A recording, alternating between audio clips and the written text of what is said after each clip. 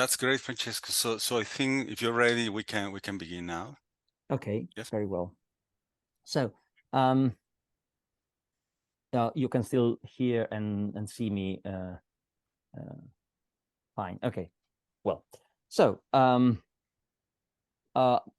don't exactly know if I should say good morning or good evening or whatever whatever it is. It's evening here. So let me repeat that I am very grateful for this invitation and that it is this first visit to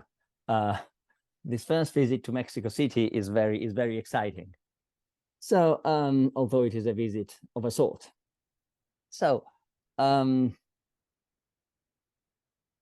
as I was saying, I am going to talk about chapter 2, especially the second and larger part of the chapter.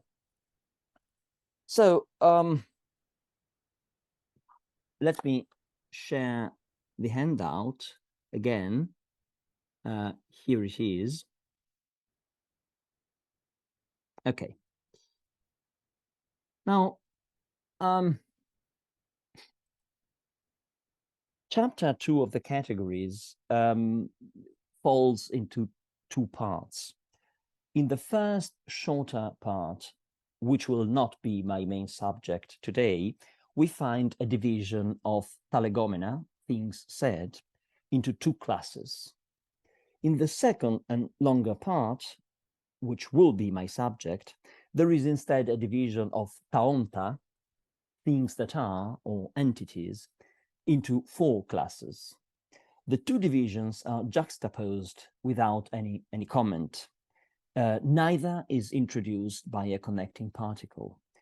And so they seem to be independent, or at least they are introduced as independent of what precedes them as two fresh starts.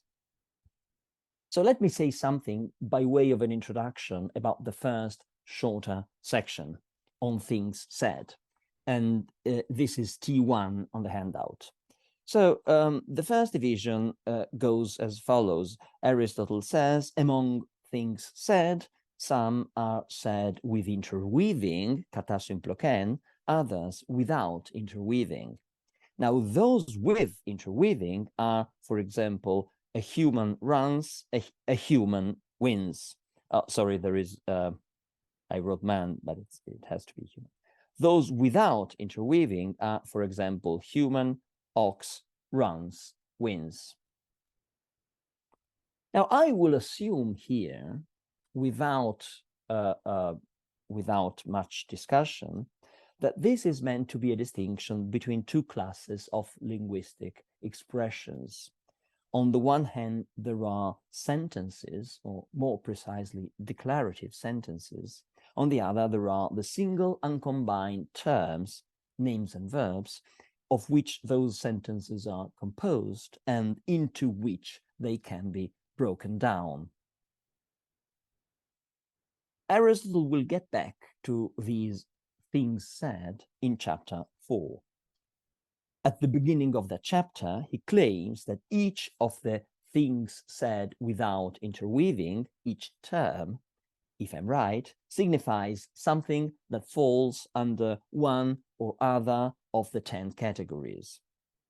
And after thus introducing the list of the categories as the most general kinds under which the things signified by single terms fall, Aristotle picks up chapter 2's distinction between the two classes of things said and eventually gives us a basis or a criterion for that distinction. And this is T2. I will not read it, but basically the gist of T2 is that the boundary between the two classes of things said consists in the principle of bivalence, namely a principle which holds of all declarative sentences and of no term. Declarative sentences are true or false, terms are neither true nor false. And that is the basis for the distinction between with and without interweaving. Now, after this introduction, which will be of some use in the sequel, let me now begin with the second part of chapter 2. And so let's move towards T3. This part, as I've already said, is occupied by a fourfold division of things that are or entities. This division applies to the same items as are classified by the division of the categories in chapter 4, but the two divisions do not coincide. The one we have before us is more generic and focuses not on the specific characteristics of different kinds of entity, but rather on the analysis of certain broadly predicational notions, namely on different ways in which entities of different kinds may be said to hold or not to hold of something else. Michael Wedin, in his 2000 monograph, aptly, I think, calls this division the Meta-Ontology of the categories. So chapter 4 gives us the ontology, and this more generic division is the Meta-Ontology. So you have here the text and translation of this second part of chapter 2. I will first read it out and then say something general about this section, and then say something more specific about different parts of the text. So let me start by reading out the translation of the whole passage. So he says, among entities, some are said of some subject, but are not in any subject. For example, human is said of a subject, the particular human, but is not in any subject. Others, second class, are in a subject, but are said of no subject. I call in a subject that which, being in something not as a part, cannot possibly exist separately from what it is in. For example, the particular literacy is in a subject, namely the soul, but is said of no subject. And the particular white is in a subject, the body, for every color is in a body, but is said of no subject. Others, this is class 3, both are said of a subject and are in a subject. For example, knowledge is in a subject, the soul, and is said of a subject, namely literacy. Others neither are in a subject nor are said of a subject, and this is class 4. For example, the particular human or the particular horse. Here we are. For none of such things either is in a subject or is said of a subject. And then Aristotle adds a coda to this fourfold division. Generally speaking, things individual, atoma, and one in number are said of no subject, but nothing prevents some of them from being in a subject, for the particular literacy is one of the things in a subject. It's a very famous passage, but it always, it repays careful scrutiny all the same. So let me start with some generalities about the passage and the theory it sets out.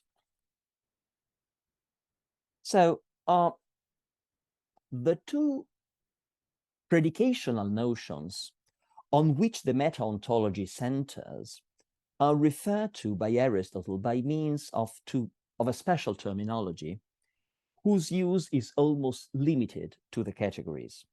Being said of a subject, legestai kath hypokeimeno, and being in a subject, einai en hypokeimeno.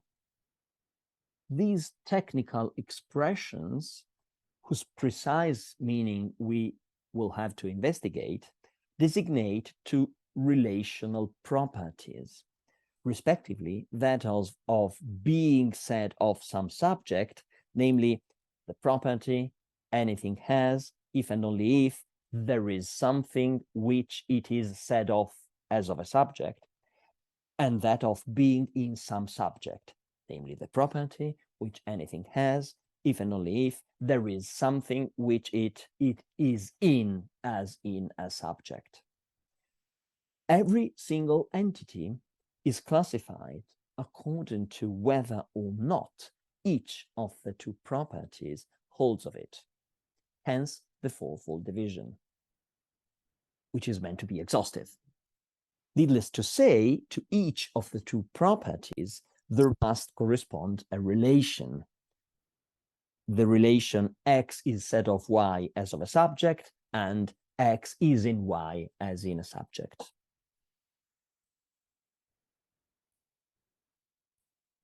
Next point. As I will argue in what follows, being said of, as I will shortly refer to it, seems to consist in the property of being an essential attribute or predicate of something, whereas being in consists in being a non-essential or an accidental attribute or predicate of something. And this is something we will discuss in detail. Finally, at the end of the passage, in the coda I drew your attention to, Aristotle defines an individual, an atomon, in terms of one and only one of the two meta-ontological properties, namely being said of.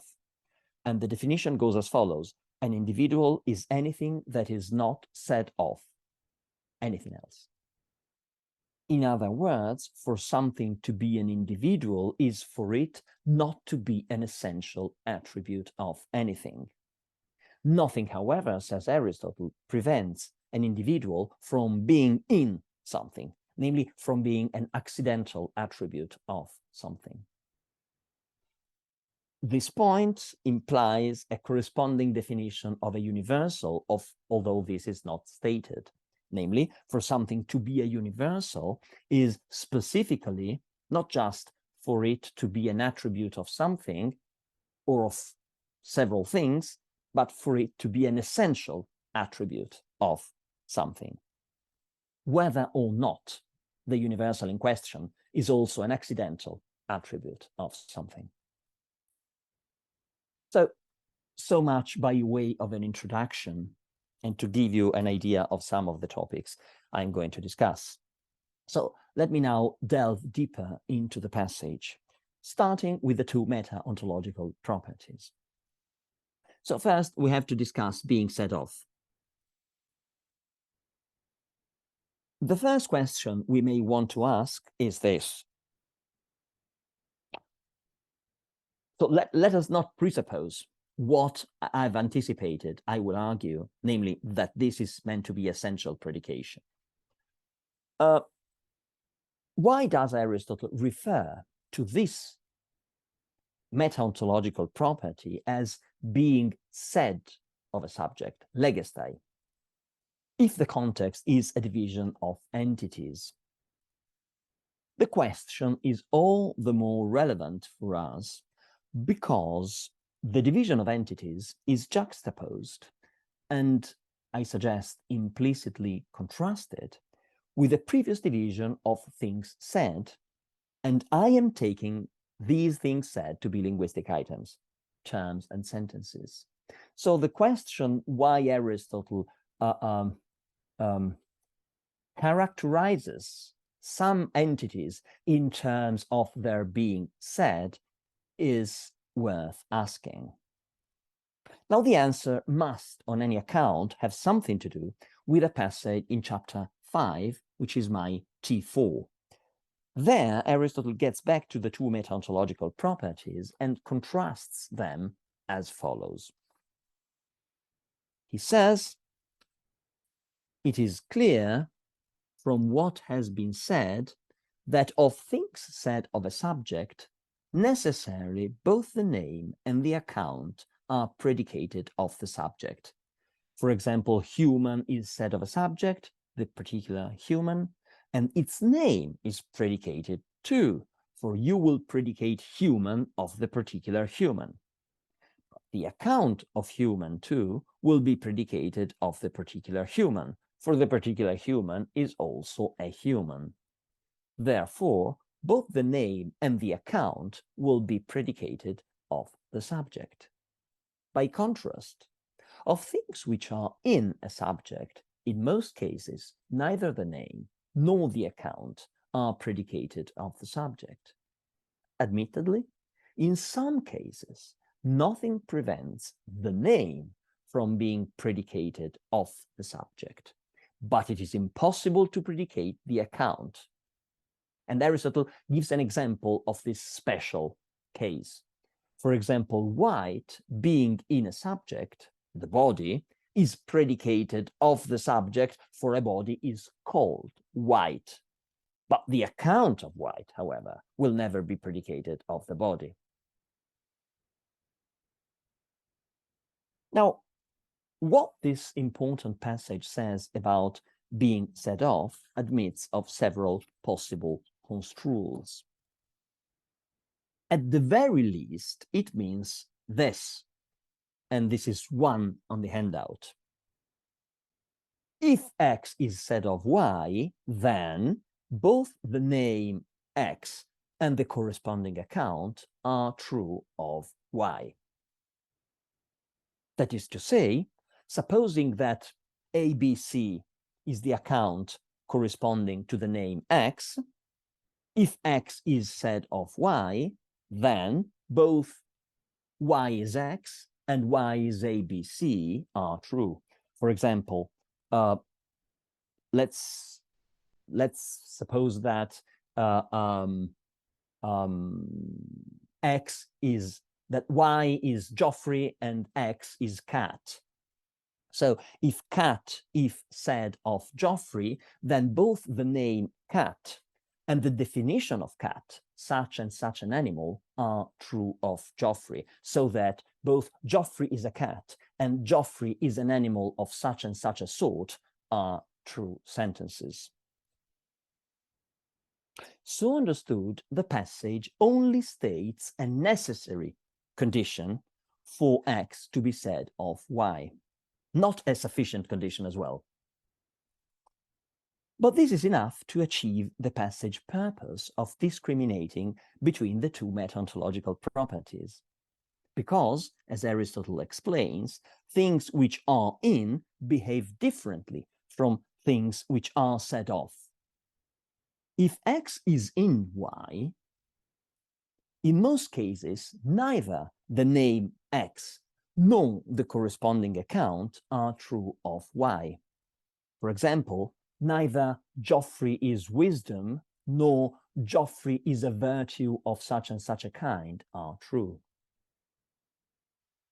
And although in some special cases the name X is indeed true of Y, for example, you can say that the wall is white, still it is never the case that the corresponding account is true of the subject. So if you say the wall is white, this may be fine, but if you then substitute the definition and you say the wall is such and such a color, this comes out false. Now, this connection is obviously relevant to our initial question about being said of. At least part of the reason why Aristotle calls one of the two meta-ontological properties being said of a subject must be that this property, unlike the other, guarantees that it is possible to ascribe in a true sentence both the name and the definition of the predicate to the subject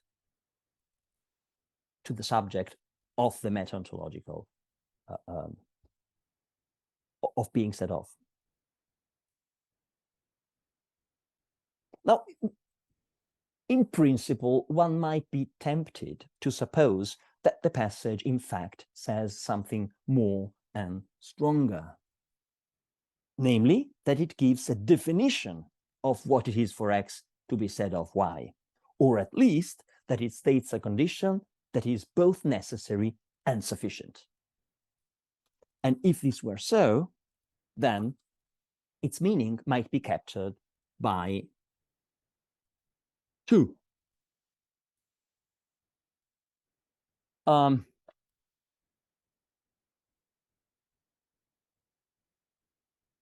This is what I've called 2, which I'm about to illustrate, is what I've called the Andronican interpretation of T4, because there is some evidence that Andronicus held it. This is somewhat controversial, and I won't go into it, but you have some references in note 1. So whether or, I will call it the Andronican interpretation, whether or not Andronicus really held it. So what does this interpretation, how does this interpretation construe the passage? Well, it takes it to say that X is said of Y if and only if both the name X and the corresponding account are true of Y. So there is a necessary and sufficient condition,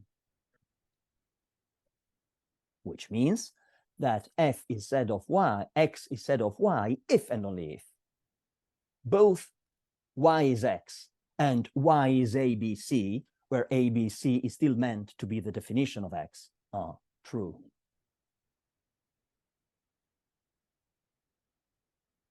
Now, if this is so, certain consequences follow.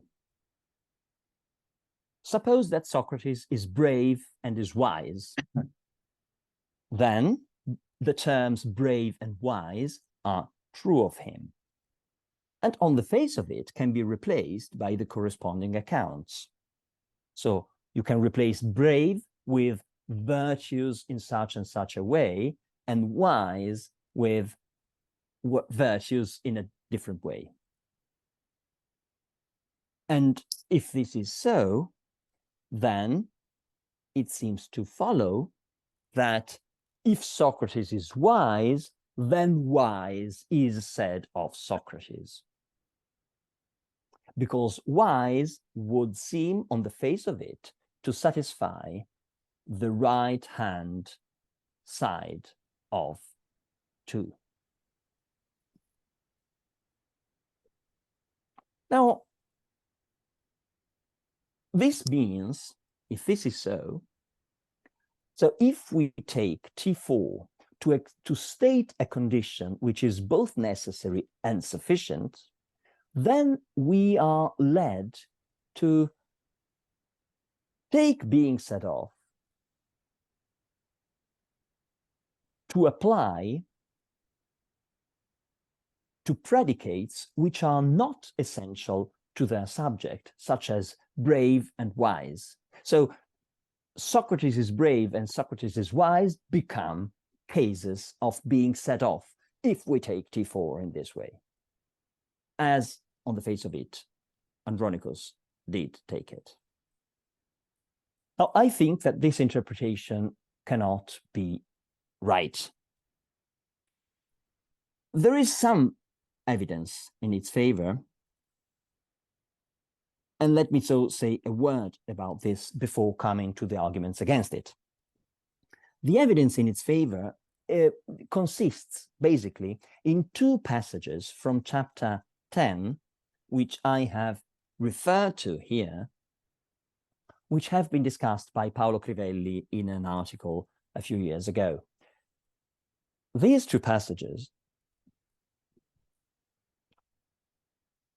contain, in these 2 passages, Aristotle seems to put forward as cases of being set off, although he uses a slightly different terminology. He speaks of being predicated in a context, however, which suggests that he may have being set off in mind, predicates which cannot be essential predicates, such as being blind or being good. So in those later passages, Aristotle, using slightly different terminology, expresses himself in a way which has suggested to some scholars that non-essential predicates may be predicates of being set off. And this, of course, would agree with the Andronican interpretation of T4. It would also give us a very easy and clean way of understanding why Aristotle calls being set off, because it has something to do with the possibility of,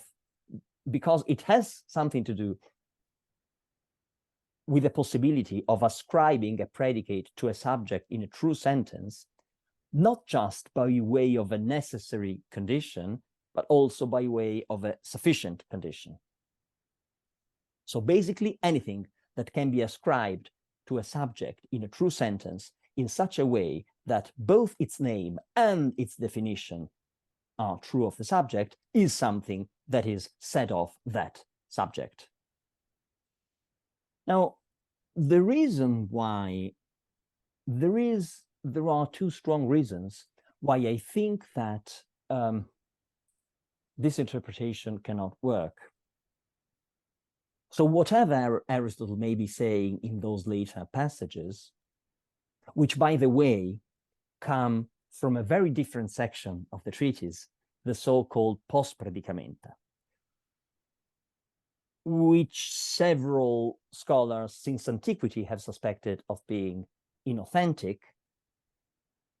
Whether or not they are inauthentic, at any rate, they constitute a different section of the treatise. And so drawing evidence from those chapters is in itself not an uncontroversial move. But whatever those passages may say, there are principled reasons why I think they cannot determine our interpretation of being set off. Why? Well, there is an argument which I think is quite interesting, which goes as follows. Can you still hear me? Is everything going all right? Yes. Yes. Okay, okay. Please don't hesitate to wave hands if something is going wrong. So let me add a couple of things about being set off, which are instrumental in understanding what this property amounts to. First of all, being set off is transitive. Look at T5, which is the beginning of chapter 3 of the categories. Aristotle there says, when one thing is predicated of another as of a subject, all the things that are said of the predicate will also be said of the subject. For example, human is predicated of the particular human, and animal of human. Therefore, the animal will also be predicated of the particular human. For the particular human is both a human and an animal. So if X is said of Y and Y is said of Z, then X is said of Z. And this is one element we need to take into account. It means nothing in itself, but let us set it aside for one moment and turn to a second piece of evidence we have to take into account, which is T6. Now, T6 comes from chapter 5 of the categories. And there Aristotle says that if you call the particular human being literate, so if you say that an individual human being is literate, then you will also say that a human and an animal in general are literate. So species and genera inherit, as it were, the predicates that are true of the individuals falling under them. So if it is true to say that Aristarchus is literate, then it is true to say that the human being, the species, is literate. And this probably has something to do with the fact that the sentence human is literate is what Aristotle elsewhere would call an indeterminate sentence with no quantifier before it, which for practical purposes is equivalent to a particular sentence, not to a universal sentence. So if we combine these pieces of evidence, then we get a reduction of the Andronican interpretation. Why? Okay. Well, because if Aristarchus is literate, then human or the human being is literate. And then if 2 is true, namely if the Andronican interpretation is right, then if human is literate, then literate is said of human. The fact that human is literate is a sufficient condition for us to conclude that literate is said of human. On the other hand, we can safely assume that human is said of any human. And then it follows, with some intermediate steps that are easy to supply, that if literate is said of human and human is said of any human, then literate or is said of any human, and hence any human is literate. And this is absurd, because of course there are humans who are not literate. So if we combine the Andronican interpretation of being said of with the transitivity of being said of, and with the law which I've numbered 4, which is stated in chapter 5, it seems to follow that damning consequences seem to follow. And this is my first argument, a principled argument against the Andronican interpretation. There is a second, less compelling argument, which is the following, that all the examples of being said of, which are offered in chapters 2, 3, and 5, you have before you the examples of chapter 2 and 3, are cases of essential predication, as a matter of fact.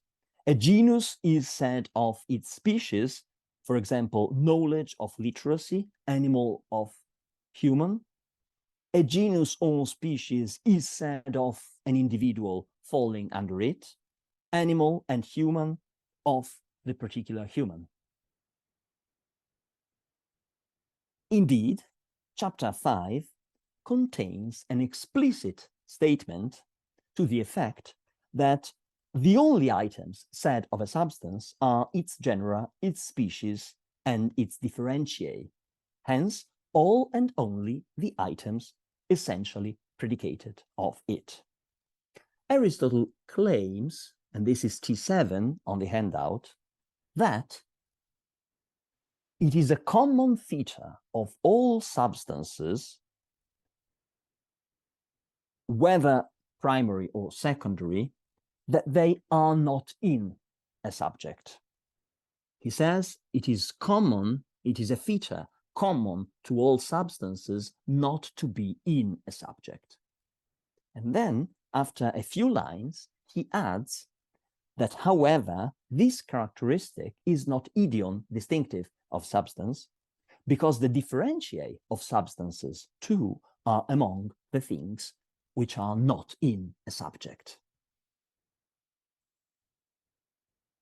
At this point, the list of items not in a subject seems to be meant to be complete. Aristotle is not envisaging the possibility that a substance may have other items. So clearly the passage suggests that the only items said of a subject are, in the case of an individual substance, its species, its genera, and its differentiae. And he makes an attempt to add such terms as white, wise, or brave.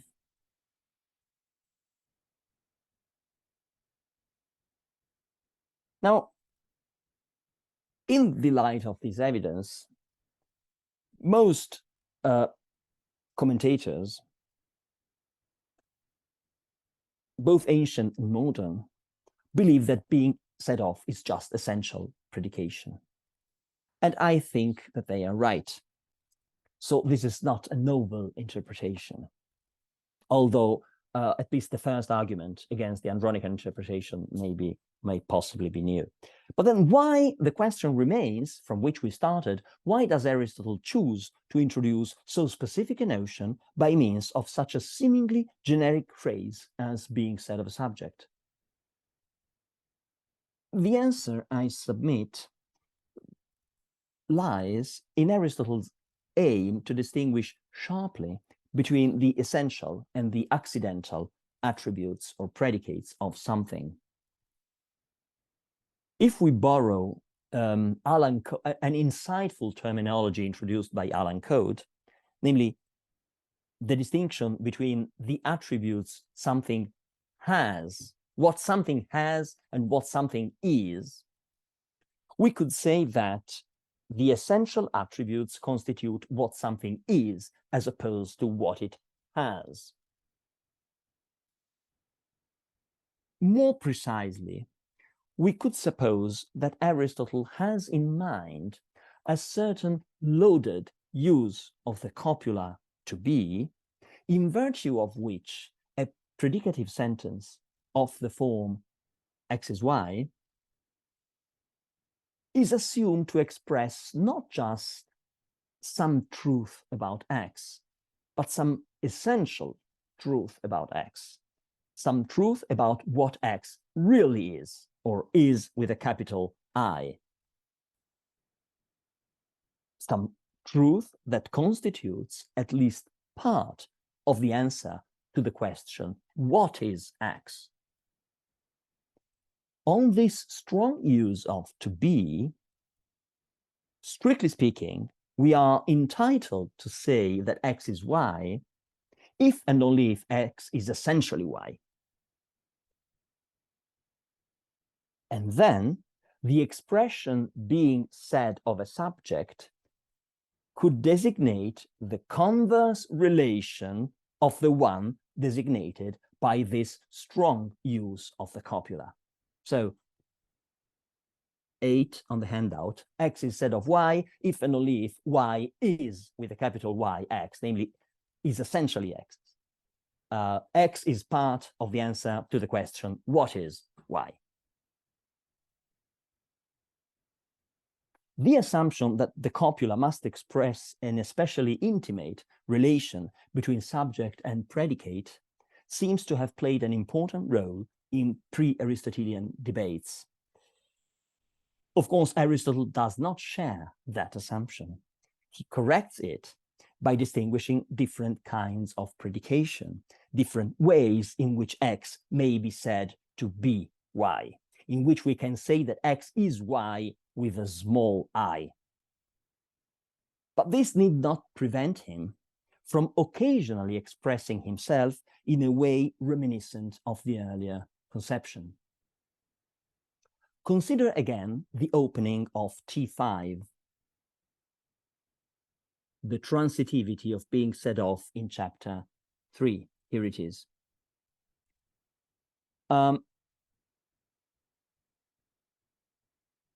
It is tempting to suppose that in this sentence, and in particular in the final clause here, it is tempting to suppose that here st is carries a special emphasis.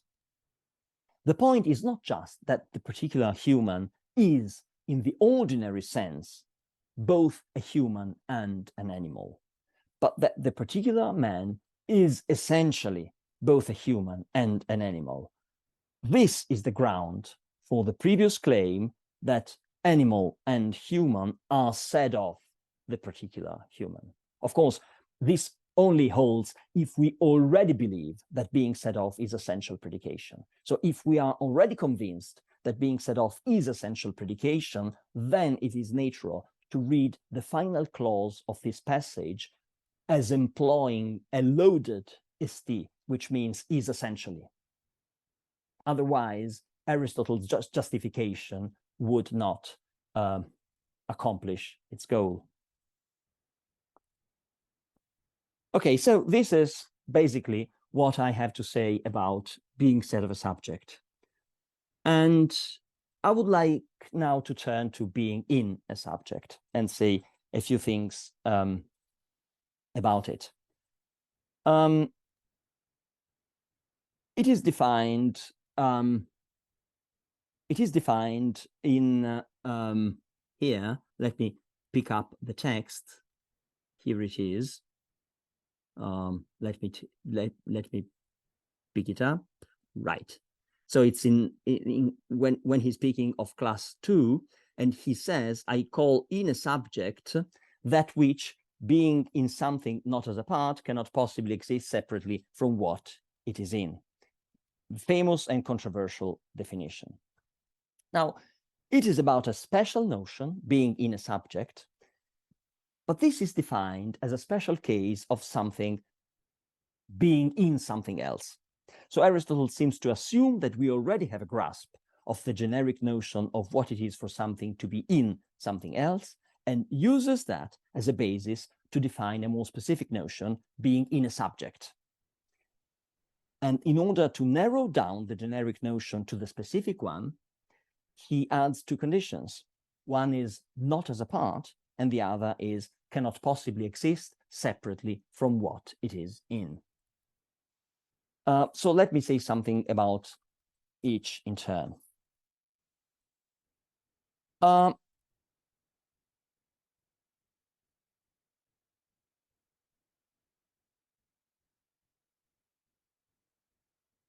different ways or senses in which something may be generically said to be in something else are distinguished in physics 4.3. So let me catch up with the handout. Here we are. Right. So physics 4.3 gives us a list of ways in which something can be said to be in something else. The first way listed in that chapter is that in which the finger is in the hand and the part is in the hole. That way of being in something is explicitly ruled out by our definition. This exclusion presumably holds for all kinds of parts. So Aristotle is saying that an accidental attribute is not in any way a part of its bearer, and hence does not contribute to determine its identity, but rather is added to it from the outside, as it were. So in particular, a substance does not encompass its accidental attributes as parts. Now, that said, two specific kinds of part are probably prominent in Aristotle's mind. One is material parts, which constitute the most obvious case, and the one that is singled out as paradigmatic in the physics passage. In the categories, Aristotle is especially interested in the material parts of substances, hands, heads, because he holds that such parts are themselves substances and is eager to prevent the possibility that they may turn out to be relatives instead in chapter 7. So he's probably thinking of material parts when in T7, which comes from chapter 5, he says, let us not be disturbed by any fear that since the parts of substances are in their wholes as in subjects, we may be forced to say that they are not themselves substances. For when we spoke of the things in a subject, we didn't mean the things belonging in something as its parts. Another less obvious kind of part, which Aristotle is likely to be specifically interested in here, is soul and body. There is reason to believe that in the categories he regards both the body and the soul of a living substance as themselves substances. I will skip the arguments for this, but now the fact that body and soul are substances suggests that they are two parts of which a whole living substance is composed. And this is actually confirmed by a passage in the Topics, which is T8 here. So body and soul are parts of a substance and are themselves substances. And since here in categories 2, they are mentioned as the subjects in all the examples of being in, it stands to reason that when Aristotle denies that the parts are in the whole as in a subject, he, among other things, intends to deny that body and soul are in the whole living substance of which they are parts, namely that they are in it as in a subject. So much about not as a part. Let me now come to the second condition that what is in must satisfy. It cannot possibly exist separately from what it is in. This is a requirement of ontological dependence.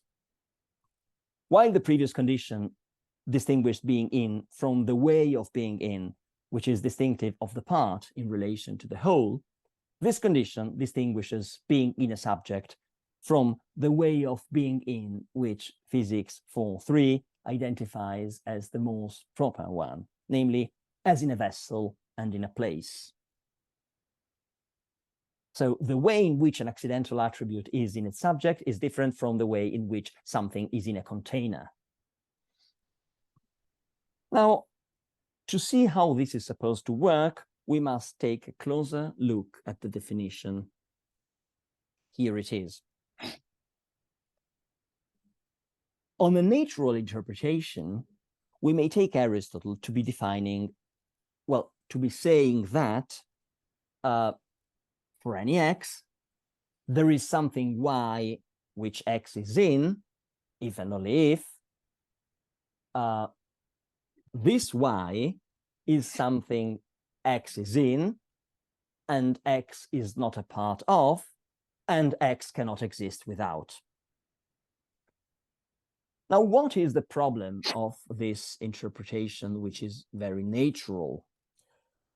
The problem is that on this interpretation, what is in something depends for its existence on the very thing it is in. And this is problematic in the light of a passage in chapter 5, where Aristotle says that all the other things either are said of primary substances or are in primary substances as subjects.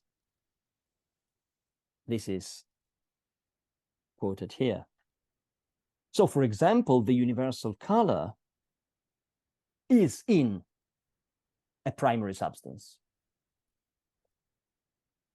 It is hard to make sense of this claim if it is to imply that the universal color depends for its existence on that of a determinate individual body. Therefore, Acril regards this formulation in chapter 5 as compressed and careless. On his interpretation, Aristotle here should have said that the universal color, well, only indirectly depends on an individual substance. For example, is said of an individual color, and this depends. This is what really is in the individual substance as in a subject. But there is no direct being in a subject between a universal accident and an individual substance. This indirect being in a subject is never mentioned by Aristotle and is not captured by the definition. And it is very unfortunate that this is so, because of course, the claim in chapter 5 is crucial and had better be consistent with the definition of being in a subject given in chapter 2. An attempt to avoid this awkward implication was made by Owen, who suggested that we construe the definition in a different way. So cannot possibly exist separately from what it is in should be taken to mean cannot possibly exist separately from something or other to be in, not from the specific subject it is in, but from some subject or other. Now, this construal, few people seem to be aware that is widely attested in the ancient commentators. It might be a brilliant solution, but few seem to have found it convincing as a way of construing the Greek. So this remains an open question, at least for me, until I find sufficient evidence that this construal is a plausible way of reading the Greek. Pending other evidence, Ecril's construal remains to be preferred in spite of its unwelcome implications.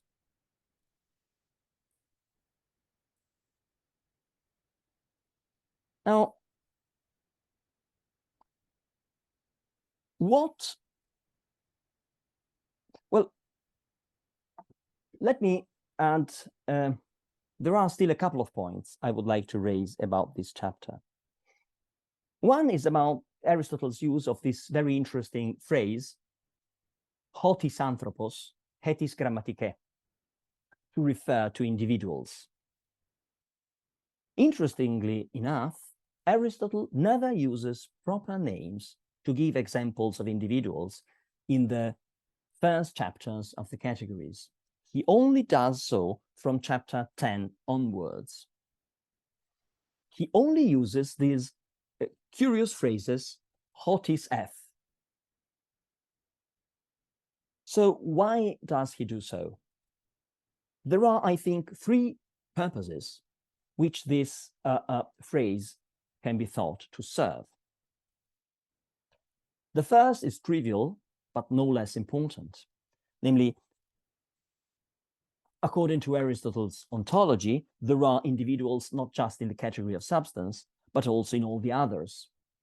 The particular literacy, the particular white are the examples given in chapter 2.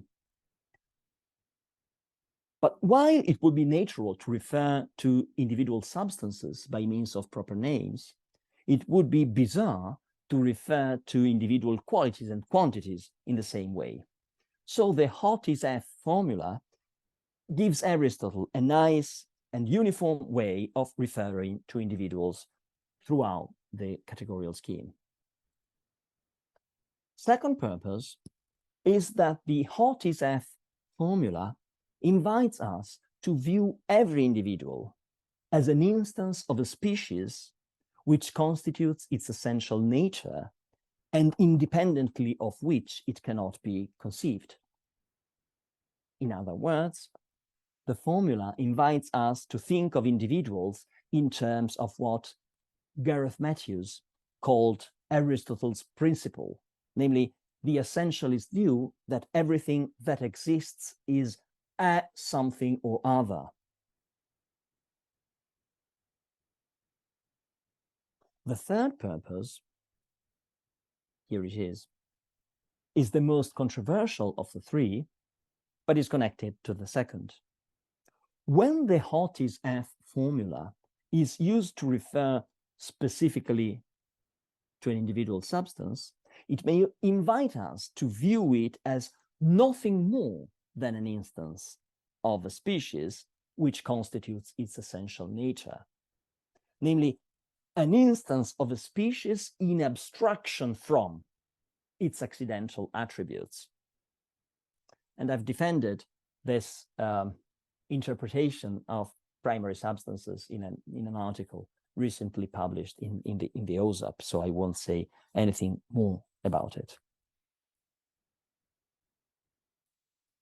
If I still have a few minutes, I don't know, there is something more we might want to say about the members of class 2 of the Meta-Ontology. That is a notoriously thorny issue. What do you think, Edgar? May I go on for a few minutes, or is it too late? I mean, yeah, you can take let's say 5 minutes more. Would that be Okay. sufficient? Yes. Yes, I think so. Okay. So I will just say something about the members of this class. This is a notoriously a thorny issue, as I said. So what are these entities? Now, the uniform use of the Hottis F formula to designate individuals in any category shows that there is an analogy between them.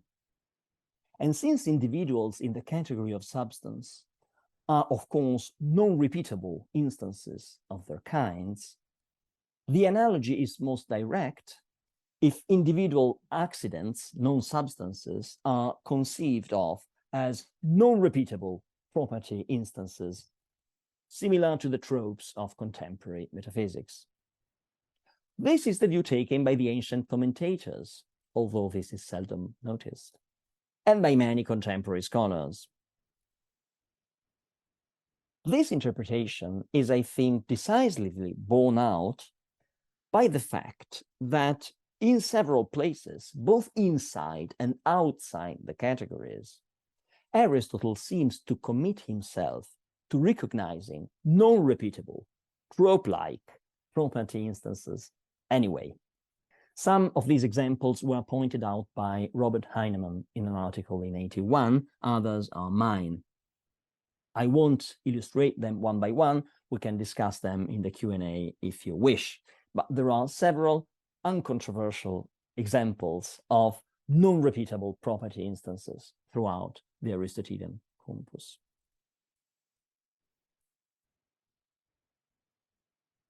Now, strictly speaking, this interpretation is entailed by the construal of the definition of being in advanced by Acryl. But since that issue is controversial and it is not clear how the definition is to be construed, I prefer to have an independent argument for establishing the identity and nature of the entities in this class. So this is why I am keeping these two issues separate. On the one hand, we should discuss how the clause is to be interpreted. On the other hand, we should wonder what the nature of the entities falling in this class is. An interesting feature of the examples given by Aristotle of entities in a subject and not said of a subject, so the items in class 2, I will take the text again, here it is. An interesting feature of these items in class 2 is that the subject of the being in of the individual accidents seems to be a universal. Aristotle says the particular literacy is in a subject, the soul, and the particular white is in a subject, the body. And the soul and the body, in context, are likely to refer to soul and body in general, to universal kinds.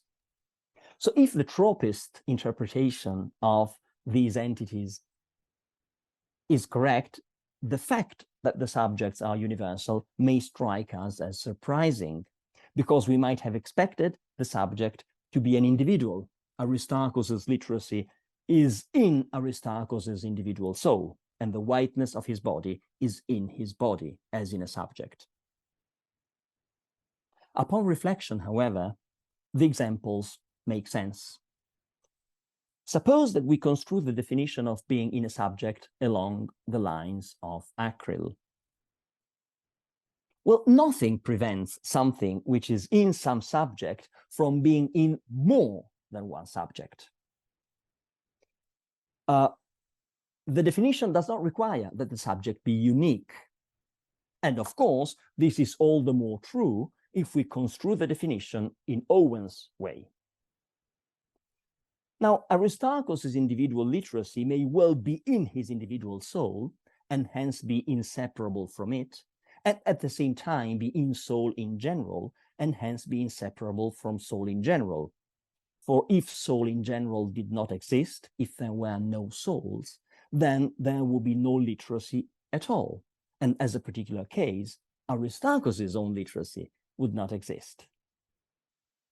So we can grant that an individual accident may be in more than one subject, and in particular be in the species and genera under which its individual subject falls. But then why do Aristotle's examples focus on the universal subject at the expense of the individual one? And here I think the likely reason was pointed out by Michael Frede. And the likely reason is, I think, that the universal subject enjoys some kind of explanatory priority over the individual one. In other words, here we are. Right. In other words, it is because Aristarchus' soul is a soul that there is literacy in it as in a subject. And it is because this body is a body that it is capable of hosting whiteness in the first place. So the hypothesis, which I think is plausible, is that Aristotle gives priority to the explanatorily prior subject. Now, the remainder of the paper, in the remainder of the paper, I would have something to say about the other classes, which are not nearly as problematic as class 2. And then there may be something interesting to say about the way Aristotle characterizes individuals in the coda to the fourfold division. We may, if you want, pick these issues up in the Q&A, and I will be happy to do so. But for now, it may be appropriate to stop, and thank you for your attention. Thanks, Francesco, for this very interesting and illuminating talk. It was really interesting. And we can now open the Q&A. So if people have questions, please raise your hand. Do you think it's perhaps useful if I continue to share the handout? Maybe it will be useful. Yeah. Yes, it's fine. Okay.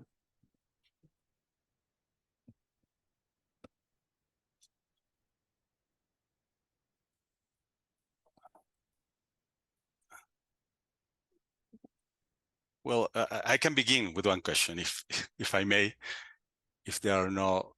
Well, Ricardo has one. So please, Ricardo, go on, and then I can raise my own question. Yes. Hello, Francesco. I'm Ricardo.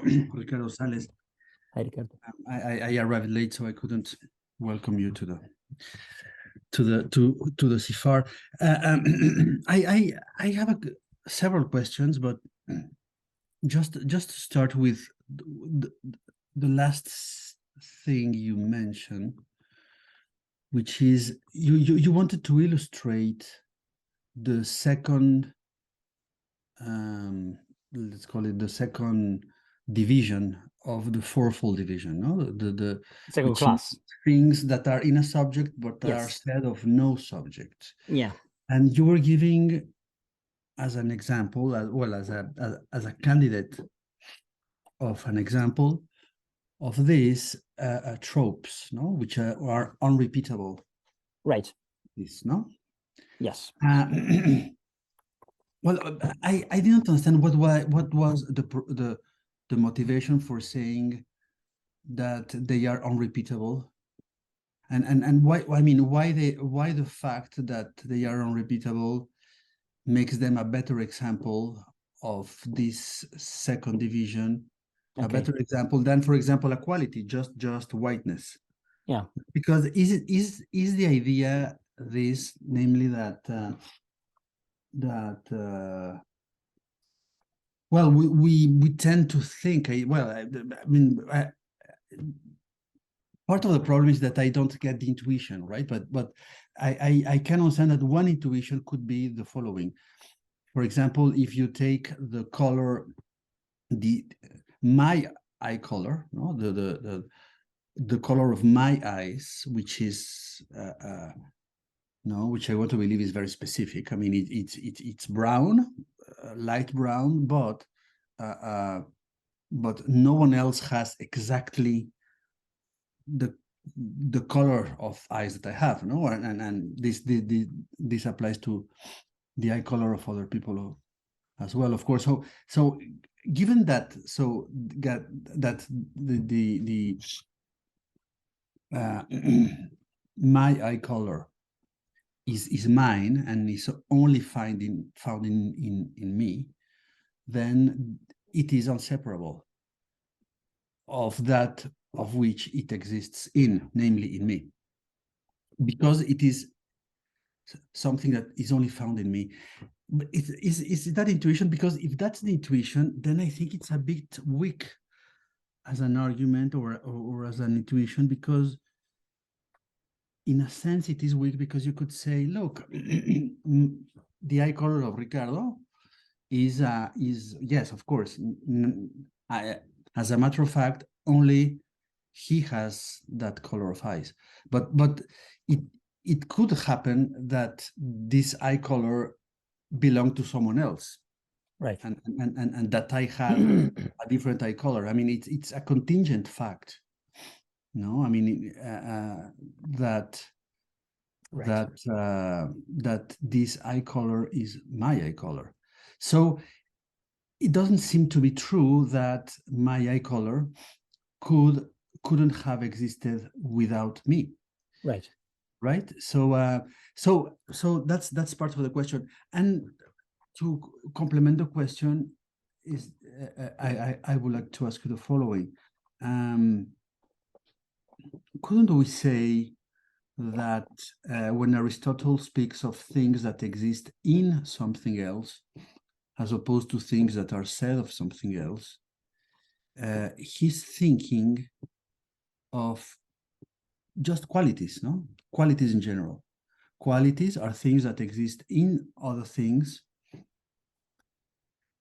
and they are inseparable of what they exist in for an anti-Platonic reason, no? Namely, that you don't have whiteness as something that could exist without being instantiated by an individual.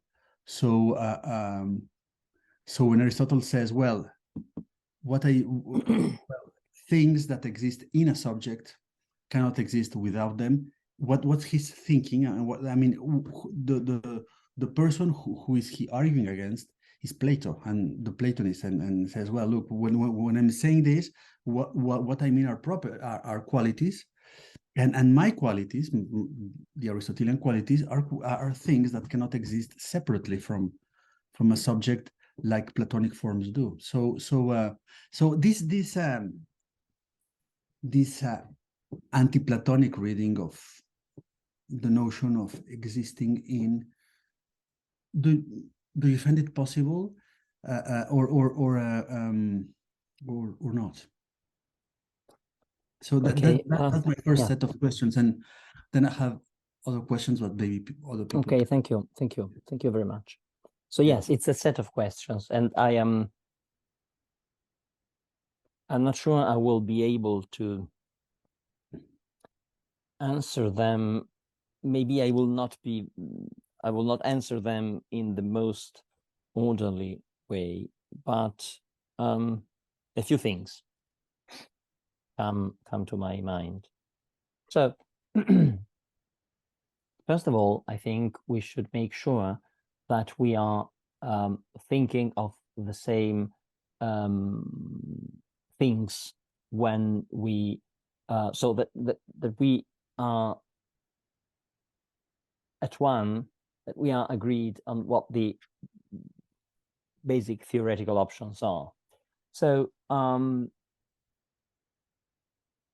when I speak of a non-repeatable property instance, of course, that may have been obvious, but in any case, it's worth, I think, emphasizing.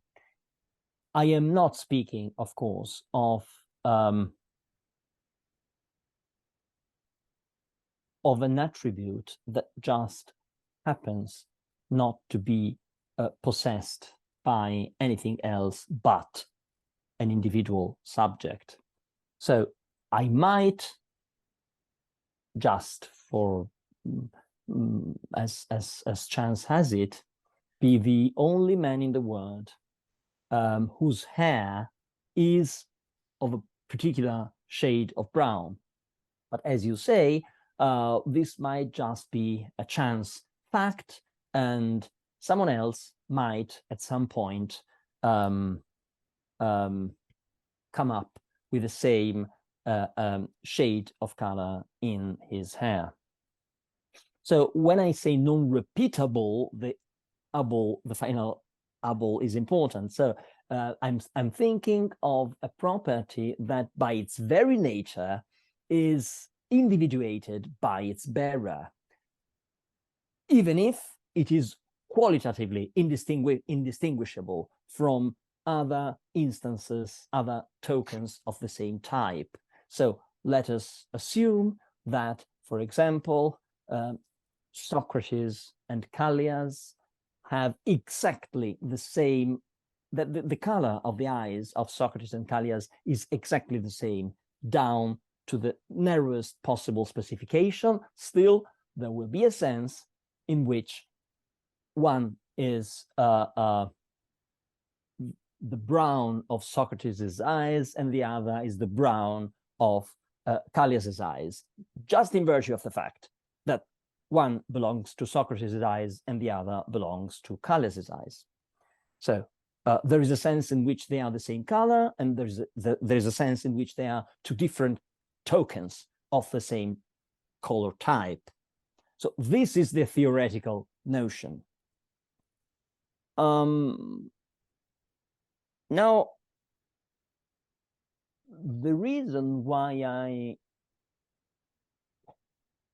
now it's clear, I think, that Aristotle cannot be thinking of any old property because he distinguishes between literacy and the particular literacy.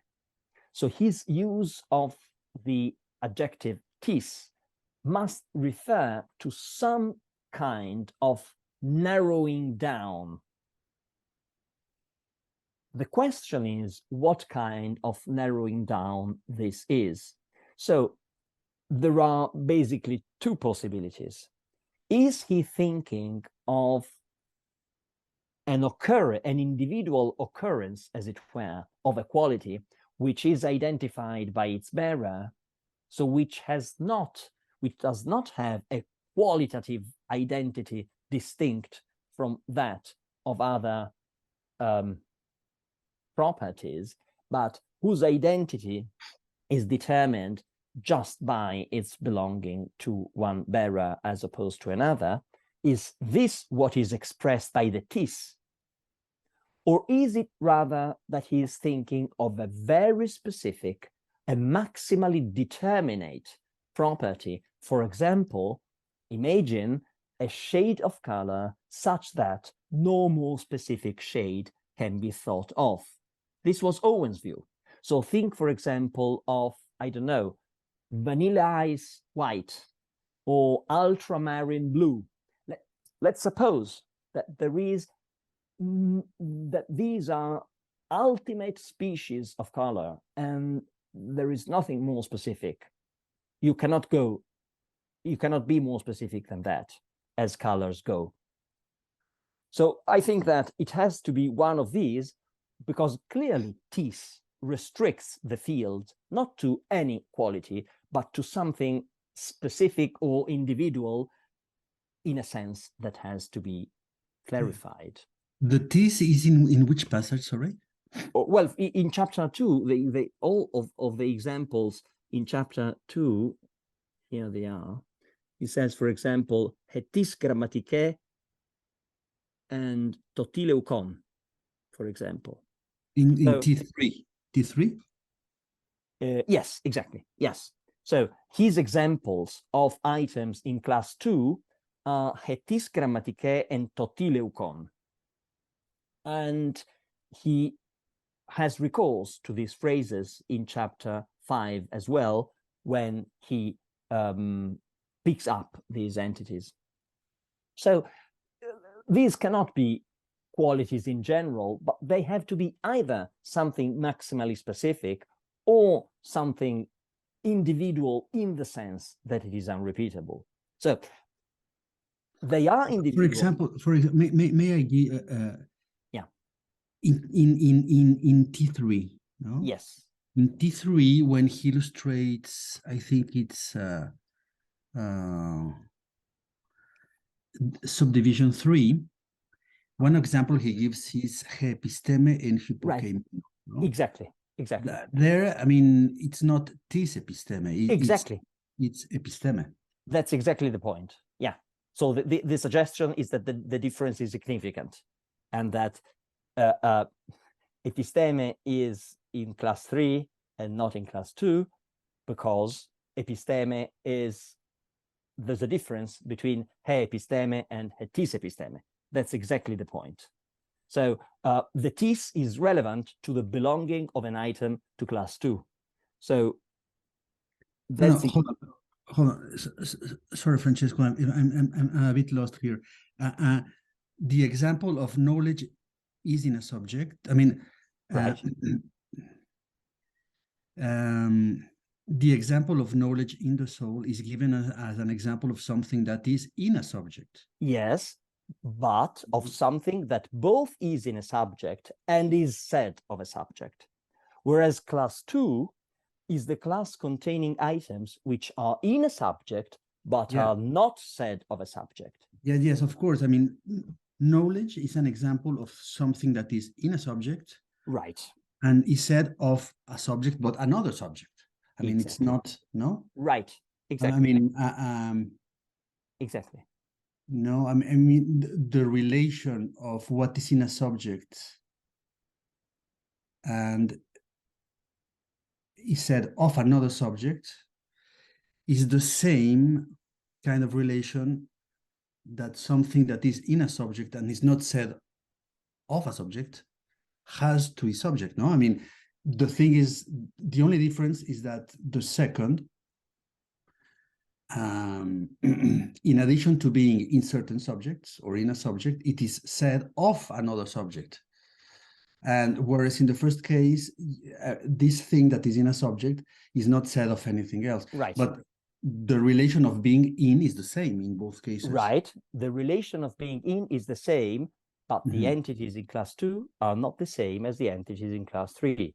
So no, they are not. They are not. Exactly. Because, Exactly. So the entities in class 2 are such entities as are referred to by expressions like hetis grammatike totileukon.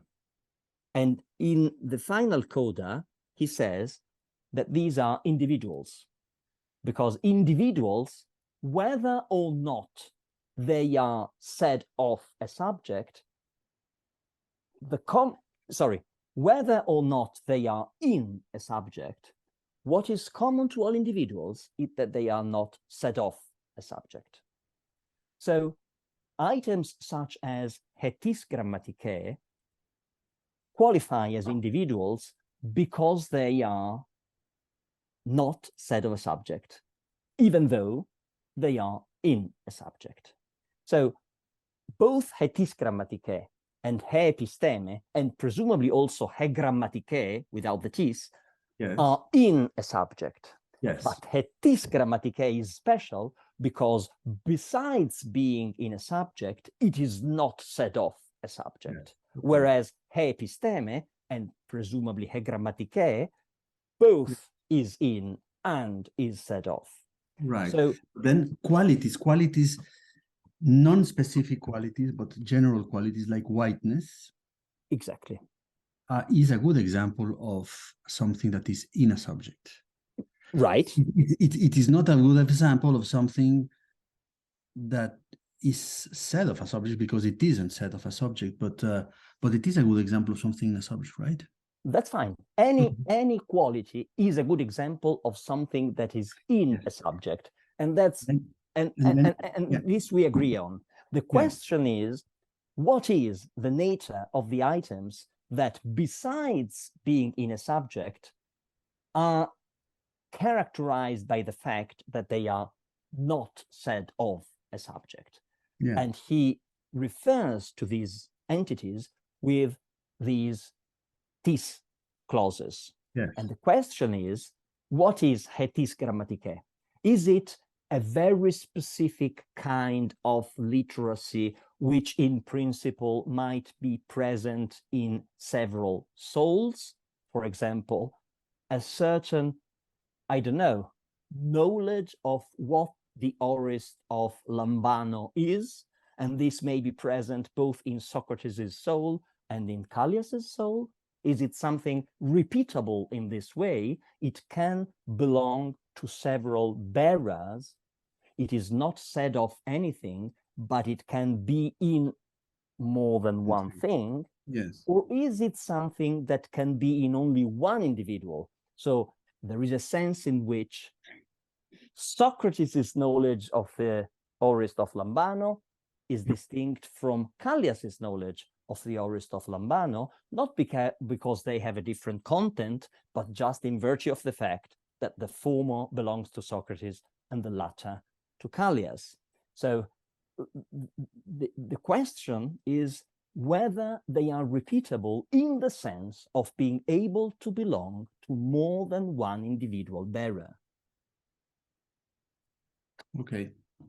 Contemporary tropes are characterized by the fact that they can belong to only one bearer.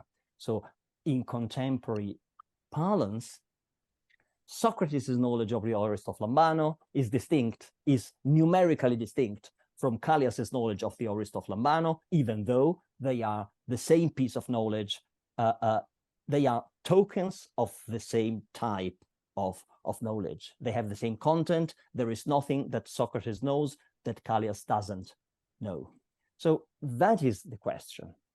And the reason why I think there is some evidence in favor of the view that these are taken to be non-repeatable, namely not to be able to be found in more than one individual bearer, well, there are several reasons. One is that, as I said, the first reason I mentioned is that in this way, the analogy with individuals in the category of substance is stricter, is more pregnant, because of course, individual substances are unrepeatable. There is no sense in which Socrates is repeatable. And so a defeasible but prima facie argument in favor of the unrepeatable interpretation is that in this way, the analogy is complete. Of course, this might not be a sufficient reason. It's a defeasible reason. But then it turns out that there are several passages, both in the categories and outside the categories, in which Aristotle seems to recognize these unrepeatable individual accidents.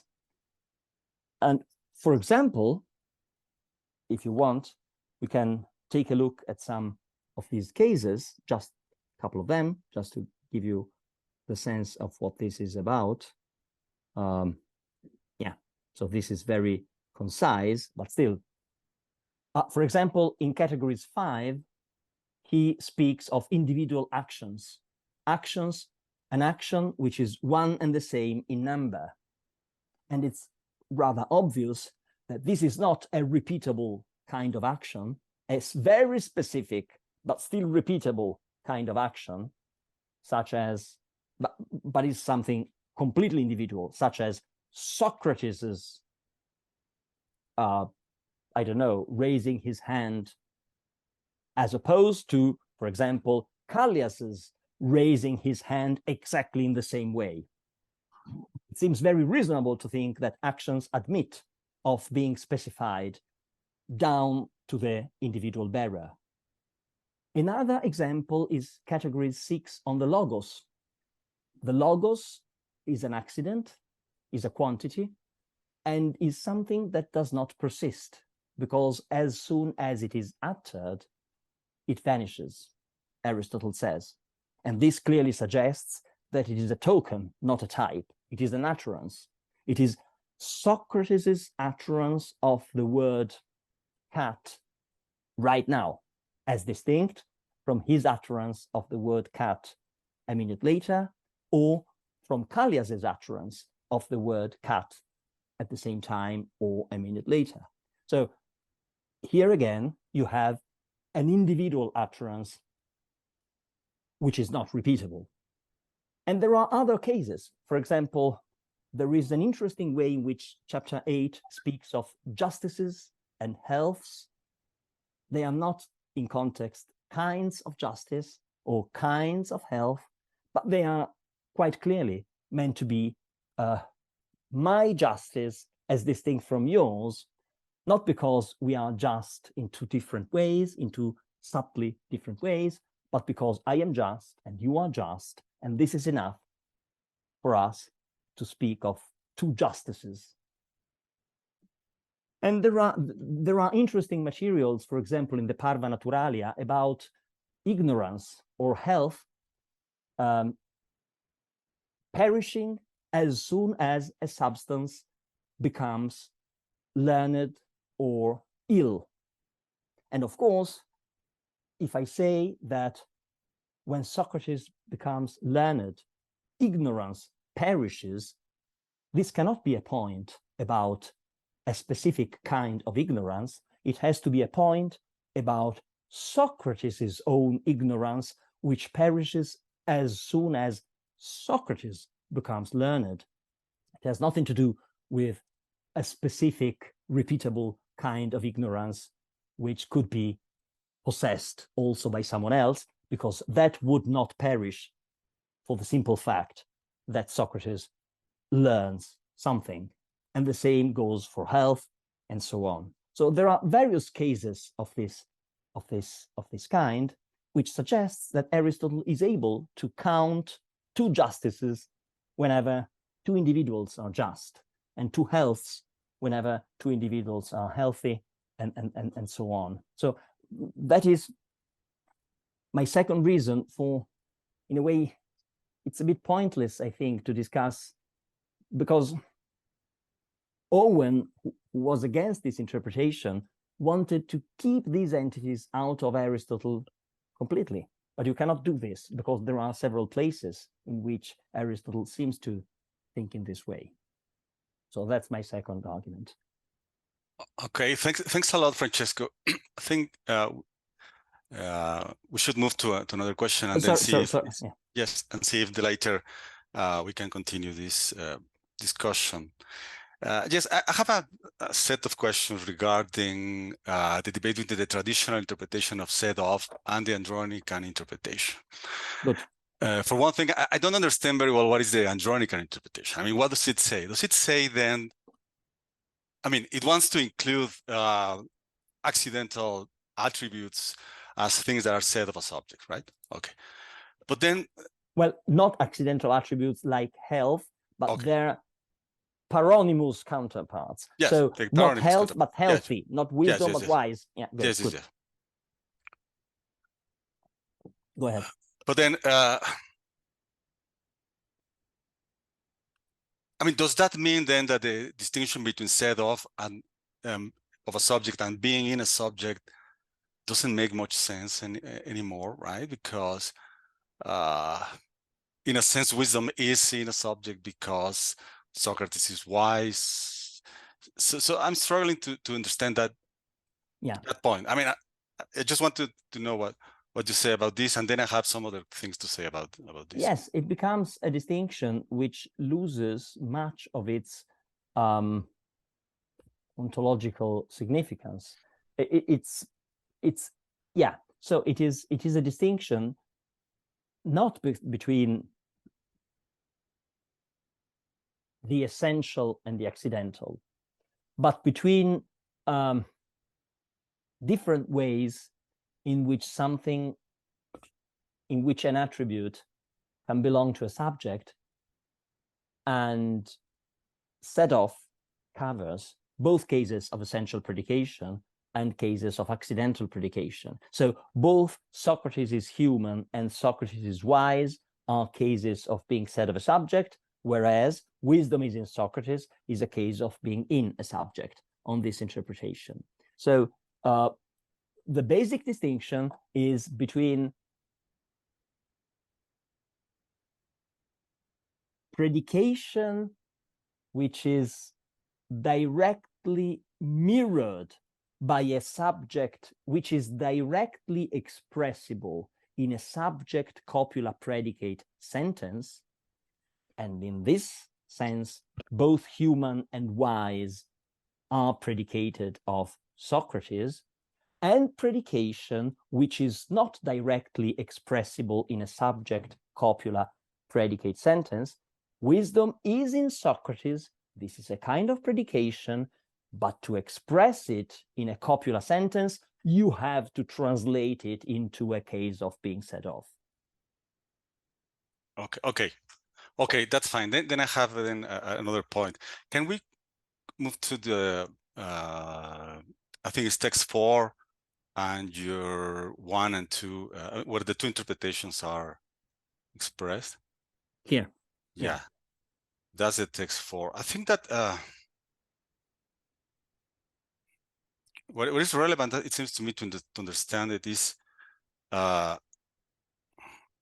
notion of name, right? Because right. I think that when Aristotle says, by contrast, of things which are in a subject, in most cases, neither the name nor the account are predicated of the subject. Yeah. That's is supposed to negate that they are said of a subject, right? So just to put in your first statement here, X is said of Y. If X is said of Y, then both the name X and the corresponding account are true of Y.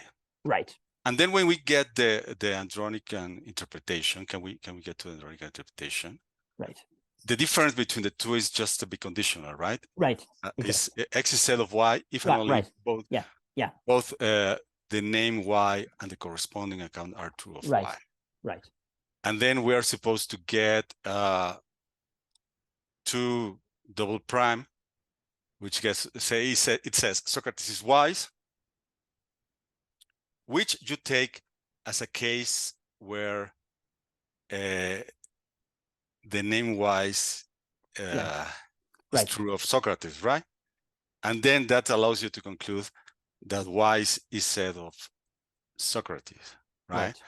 And so that's why they are different. But I want to question this interpretation of the whole issue, because I think that when Aristotle says that in most cases the name is not said of, pardon, I'm sorry, in most cases the name is not predicated of the thing it is in, he means, he doesn't mean predicates like wise, he means wisdom, right? He means literacy. That's like the thing that he's talking about. Right. Yes. Yeah. These are the cases in which the name is not true of the subject. Yes. But when he says when you want to move from X is wise to X wise is said of the subject, wise is not a relevant name in that sense. Wise is a paronymous modification from a certain name in the terminology of chapter 1 of the categories, right? He doesn't say that, let's say, literate is a name. He says that it is apo a name, apo literacy, right? And so when he says that, that's what he says in most cases, right? In most cases, literacy, case like literacy, is not predicated of a subject. But the example he gives, it's quite perplexing. If, right, he says, but in some doesn't. Sometimes it is allowed that to be predicated of a subject. That's the case of white. Right. And one wonders what is going on here, because if white can be predicated of a subject, why is not? And I'm guessing that the thing is that for Aristotle, the name of the color is white. I mean, in general, he never says for example, in all the examples he gives about colors, he always uses white, black, etc. He never uses, in most cases, for example, in the metaphysics, in most cases he always uses white. Anthropos is white, but in the case of species, he always uses anthropos, for example, or hippos. He doesn't use a general term. But I think this has to do with, this is the reason why he says, in the case of white, then that's the name, white, and you said it, you predicate that of the subject, right? But if that is correct, then the Andronic interpretation doesn't give us a correct. I mean, it can be constructed with white, of course. I mean, that interpretation doesn't need an example like wise. But if you construct it with white, you have white is predicated of Socrates, but then the definition is never predicated of Socrates. That's what he says, right? Right. So that's exactly what he's talking about, let's say, the color, right? So, what do you say about this way of framing the? Well, I think it's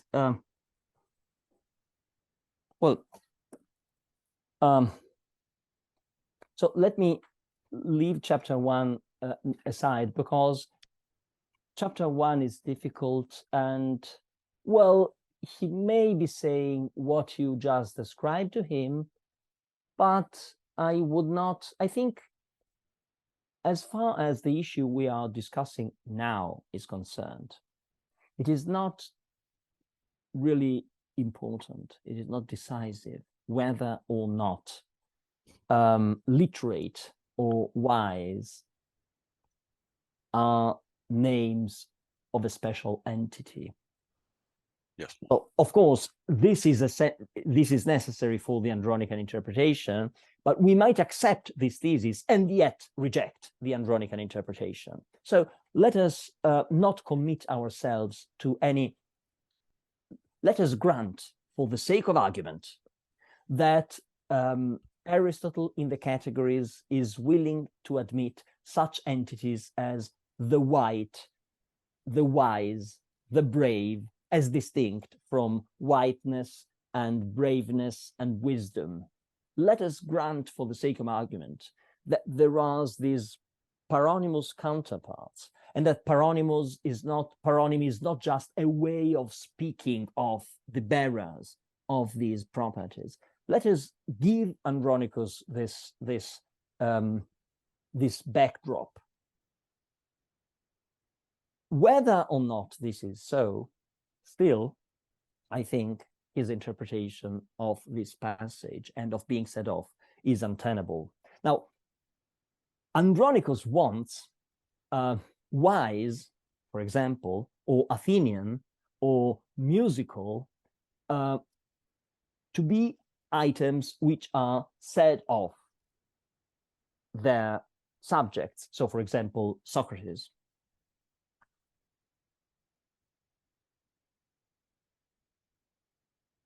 And this is this. If he thinks so, he has to count wise and brave as instances. He has to show that these cases satisfy what the passage says about being set off. And it is an option that is open to Andronicus. It is not necessary, but it is open to Andronicus to read a biconditional into the passage. In fact, the biconditional spells out what Andronicus thinks of being set off, whether or not it is expressed in this particular passage. So it is very natural for someone who holds Andronicus' interpretation to read that interpretation into this passage by reading a biconditional into it, because this is in any case what the Andronican interpretation is about. Allowing wise and brave to be items which are set off. Now, white, of course, is a different case. So white is a case, I guess, that Andronicus would have to distinguish white as an adjective. Andronicus would have to say that there is a sense in which white is said of Socrates. It is said of Socrates if you unpack it as colored item, which is colored in such and such a way. It is not said of Socrates if you unpack it as color of such and such a way. So if you understand leucon as whiteness in that sense, everyone agrees that white is not said of Socrates. But Andronicus must carve for himself a way in which white is said of Socrates. Actually, this might be a further reason against him, namely, the passage does not in any way try to save the possibility that white, on a certain interpretation, might refer to something that is said of Socrates. Whereas, if Andronicus were right, Aristotle should be eager to distinguish between white as referring to the white thing and white as referring to whiteness. So, yeah. Yes, so I think yes. I think we basically agree. Yes. Just one final point on chapter 10 of the categories, right? It's supposed to be the evidence from the Andronic interpretation. I think that what goes on there is that Aristotle talks about being predicated of something, right? Right. Categoreo, using categoreo. Right. But it is not just this. Yeah. Yes, but he never says being predicated as a subject, right? As of a subject. The only time he says that is when he talks about being said of a subject, right? I think it's to your text 5. Right. Exactly. It talks about being predicated of something, hos, right? As of a subject. Right. Exactly. Right. Right. And so there is a distinction between being predicated of something and being predicated on hos kat hypokeimenu, right? And that's that's the only thing. I mean, that's the only relevant case. It's like a very technical distinction, but the fact that something is predicated of something doesn't say anything about whether it's predicated hos kat hypokeimenu or hos en hypokeimeni, right? Well, I mean, I think yes. No, go ahead. Go ahead. Yes. So I think like Aristotle thinks that there's something like all categories are forms of predication, right? So all should be predicated in some sense, right? And so I think that what matters is that there are two kinds of predication, right? One, predication as of a subject, and predication as in a subject, right? And in chapter 10, he's talking only about predication in general, not as of a subject, right? Well, you are right. However, to be honest, I think the evidence is slightly less unfavorable to the Andronic interpretation than you describe it, for one reason. I think everyone would accept the idea that in itself, categoreistai may be neutral and be compatible with different interpretations. The problem is that in that passage, if I may actually share my screen, or I may just describe what goes on in that passage. In that passage, categoreistai is used in a contrast, in the context of a contrast, with an expression which is reminiscent of being said of a subject. Aristotle distinguishes between properties, says that properties can categoreistai of something or pefeukenai gignestai and something, to be naturally such as to come to be in something. He is speaking of contraries, and he says that some contraries are such that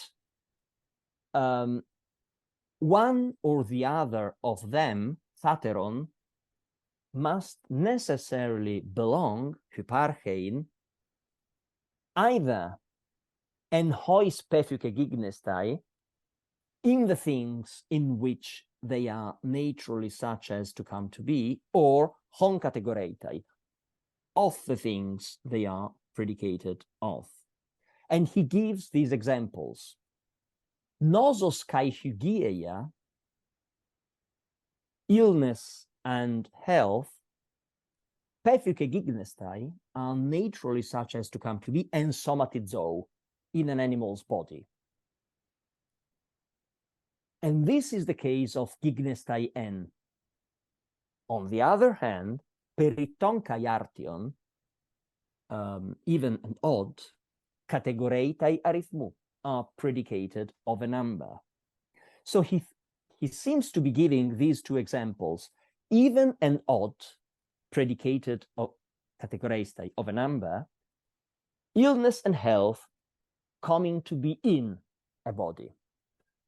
And this distinction, especially if you take the contrast into account, is more closely reminiscent of the chapter 2 contrast than you might at first think that it is. This does not mean that it is the same contrast. Coming to be in is not the same as being in a subject. There is no mention of a subject in chapter 10. So there are differences. Still, he is drawing some kind of distinction between two varieties of predication. He uses terminology similar to that of chapter 2, and that has suggested to Crivelli that we should use this passage to understand chapter 2. I am reluctant to do so, but I think this proposal is less obviously wrong than one might think that it is. Perhaps I unwittingly presented it in an unwittingly uncharitable way. Okay, that's very interesting, Francesco. So yes, it is. And I think then Fabio, would you like to raise a question? And then I think if there is time, or if Francesco is willing to stay a little longer, we can come back to Ricardo's question. Yeah. Fabio? Thank you very much. Can you hear me well? Yes. Well, thank you very much for this very stimulating conference, Francesco. Could we go to page 1, please, to the forceful division? Yes, of course. Thank you. Yes. Here it is. Yes. One thing. Yes. Well, I have many questions, of course. There are too many obscure things in the categories, not in your conference. But it's very stimulating. Possibly in both. Yes. Well, I don't know if I got Edgar's idea well. You said in your conference, Francesco, at the beginning, that he turns from ta legomena to taonta. Right. In the introduction of chapter 2. This is ton legomenon, and this is ton onton. Yeah. Right.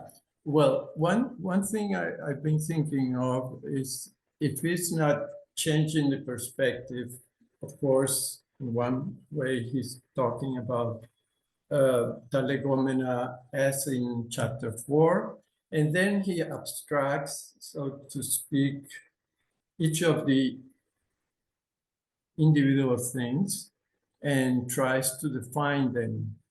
And then he has on one side the first category of things and the rest, and has somehow two different words that in reality are one single word, like qualities are always in substances. So he cannot say that they're just on one plane. So he has to invent in one level. Yeah. He has to invent this property of being in, but not as a part. Very, very curious. But on the other hand, this second, the qualities, which are in substances, they are somehow also connected with substances through predication, because the basis for predicting a quality from from an individual is that the instances of the quality are in an individual.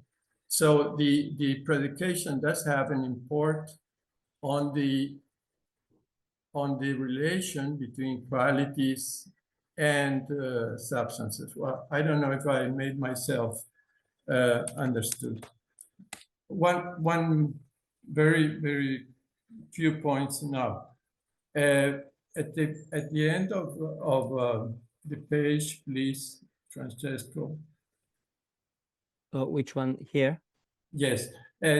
When you said in the last line in the translation, the body for every color is in a body.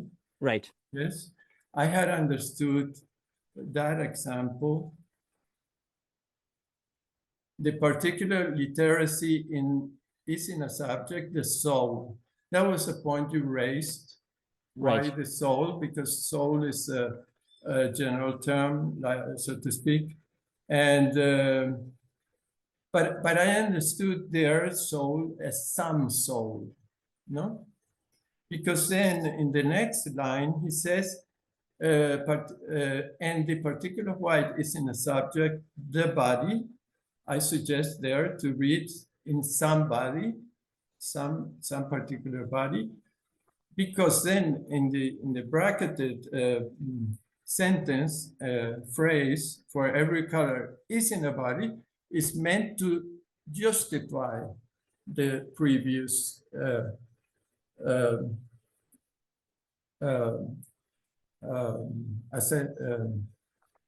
affirmation. Yes, she says the particular white is in somebody, for every color is in a body.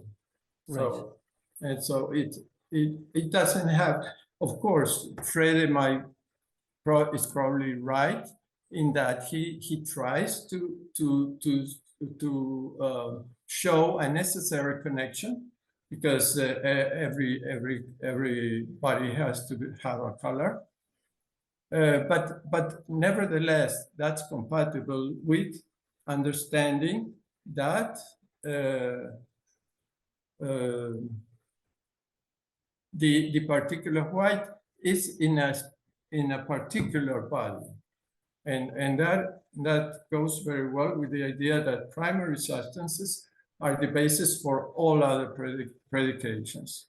Right. And then at the end of page 3, please. Yeah. There was this curious phrase. Yes, there. No, a little bit higher, maybe. Yes. Yes. Number 3. For you will call the particular human literate. Therefore, you will also call both a human and an animal literate. Right. You spoke there of sentences that are indeterminate, I think. Yeah. Right. So if the sentence is indeterminate, it would be more or less, if I'm right. Therefore, there will be some human and some animal that is literate. Yes. But then I don't know if I'm sure of this, because I haven't had the time to analyze it. Then the absurd consequence to point lower is not absurd,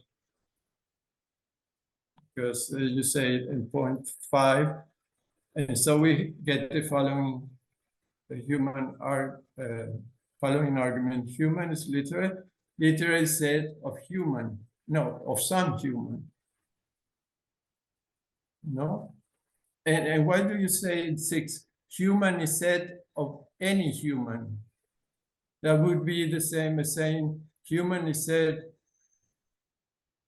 human, literally said of human,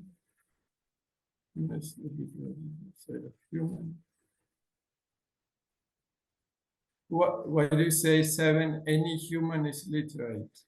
I would say some human is literate. Okay. In Well, 6, I would say human is said of some human. No, that's not right. You, yeah. What? I lost the Well, point. I'm sorry. don't worry, don't worry. So, well, you touched on several points. I probably won't be able to do justice to all of them, but let me pick up at least a couple of them. So let me start with your remark on entosomati and tepsuche entosomati. So this is one of the two expressions, totileukon and hypokeimeno menes titosomati, hapangar chroma ensomati. This is one, and the other was in the previous line, hetis grammatike and hypokeimeno esti tepsuche. So this is this is in Aristotle's treatment of class 2, individual accidents, whatever they may be.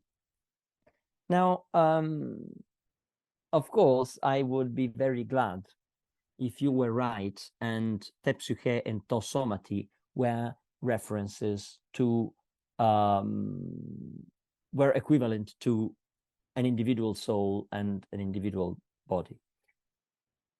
Now, this is not impossible in principle, and I have collected cases in which, in the categories, Aristotle uses phrases of the form the F to refer not to the kind F, but to an individual F. There are some such cases.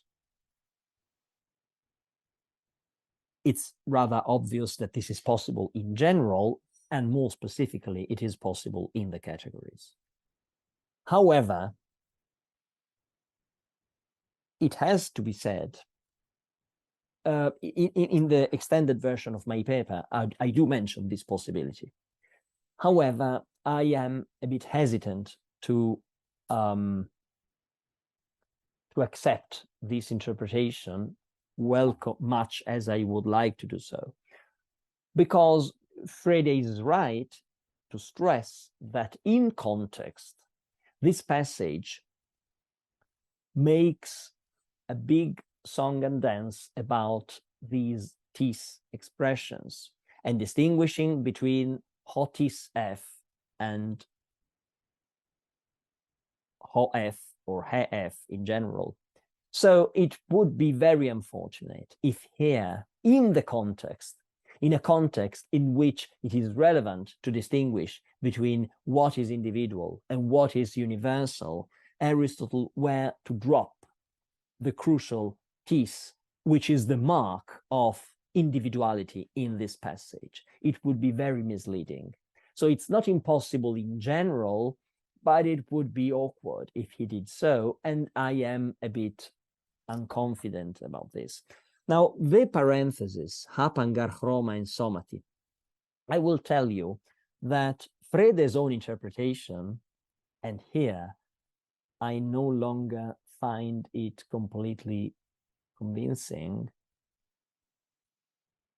is that ensomati too refers to a universal. So he wants to translate this as every color is in body in general, in body as a species. Now, here I'm no longer sure, because the absence of the article may well suggest in some body, namely in some individual body. Now you raise the question, what then is the conceptual connection between saying that an individual accident is in the soul or in the body in general, and then adding this parenthesis about every color being in some body? Well, I guess that there may be an implicit connection here. So Aristotle may be hinting, may be assuming that if every color is in some body or other, then it is in body in general. And he may be giving us the fact that every color is in some body or other as evidence for the fact that it is in body in general. Now, admittedly, this is a bit compressed, but it would not, I think, be an impossible train of thought. So my inclination is to think that tepsuche and tosomati refer to universals and ensomati refers to an individual, and there is this implicit argument that in virtue of being in some body, it is in body in general. Of course, I would be very happy if you were right instead. Now, as for the mighty, what was it? Yeah, mighty 6. Here it is. Now, what Aristotle seems to be assuming here is that for a predicate to be true of the species, it is sufficient that it be true of some individual falling under that species. So if Socrates is wise, then man or human is wise. And as I said, this is consistent with the way in which he treats this kind of sentence without a quantifier in the analytics and in the De Interpretatione. He seems to think that man is wise has the same truth conditions as some man is wise. So he may think that a species has all of the properties of its individuals. This may seem to create a problem if the individuals falling under the species have inconsistent or contrary properties. For example, there are white human beings, there are black human beings, then human is both white and black.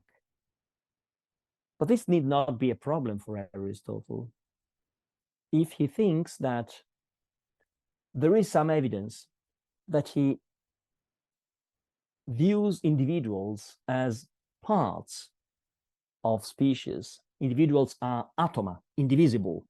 So there is some sense in which the fact that a species is said of its individuals is a way of dividing the species into the individuals. It's a kind of division into some parts of a kind. And then you might think that the fact that the human or human is both white and black is analogous to a case in which, for example, I myself may be both white and black if I have black hair and white teeth, for example. So it might not be a problem for the species to have incompatible properties if these belong to it via belonging to distinct individuals. Yeah. So, and as for the thank you. Yeah. Okay. Thank you. Thank you. Thanks a lot for this very interesting discussion. So, Francesco, what do you say? Do you have time for one more question? If Ricardo has one more question, or anyone else, yeah, I'm very glad to remain with you for for 5 minutes, or however long you may care to stay. I'm just very happy to be in your company. So. Okay, Ricardo, please. Well, thank you very much, Francesco, for your patience and your time. Thank you. I wanted to ask you. Well, it's a small. Well, I don't know how small it is, but I think it's small. But it's this. it relates to the interpretation of the said of relation as an essential relation, as no, a predicate is said of a subject when it is an essential predicate. Right. So, well, I have some difficulty in understanding the difference between things that are said of and things that are in, of understanding this difference in terms of essential and non-essential predication, but for several reasons. But one reason has to do with this, is that it seems that there are essential properties or predicates that are not said of a subject, because in order for something to be said of a subject, as you well point out, for Aristotle, when a predicate is said of a subject, then the account of the predicate or the definition of the predicate must also apply to the subject. Right. No, that's at least a necessary condition, no, for Right. For Definitely. or no. I mean, and then the question is to see if it is also a sufficient one, but it is unnecessary. However, I think that there are, in some weird cases, essential attributes or properties that whose account doesn't apply to the subject. For example, but I'm not sure if it is a good example. You tell me. Suppose that the subject is white human, right? White human. That's the subject. Of course, you can ask whether this kind of subject has unity as it should, no? But let's suppose that the subject is white human. Then, if the subject is white human, then as such, one essential property of that is white, no? Right. Is being white, no? Because a white human, qua white, is essentially white. No, I mean it's now. Now, in that case, the account of the predicate, which is white, doesn't apply to the subject, because white or whiteness, white, no? White. The account of white is color. No, I mean it's a kind of color, but you cannot say that white human or white man or white whatever is a color, no, because it is a white human, no, but it's not a color. Being white is essential to the person, but the person is not white. Right. So it would look as though then that this is an example of an essential predicate whose account doesn't apply to the subject, and that doesn't seem therefore to be something said of a subject, if a necessary condition for being said of a subject is that the account of the predicate is also Okay. an subject. No. What do you think of that example? Okay. So very clever. Now I think it's an interesting case, and I think there are two things to be said about it. One is more uncertain than the other. So let me start from the safer ground.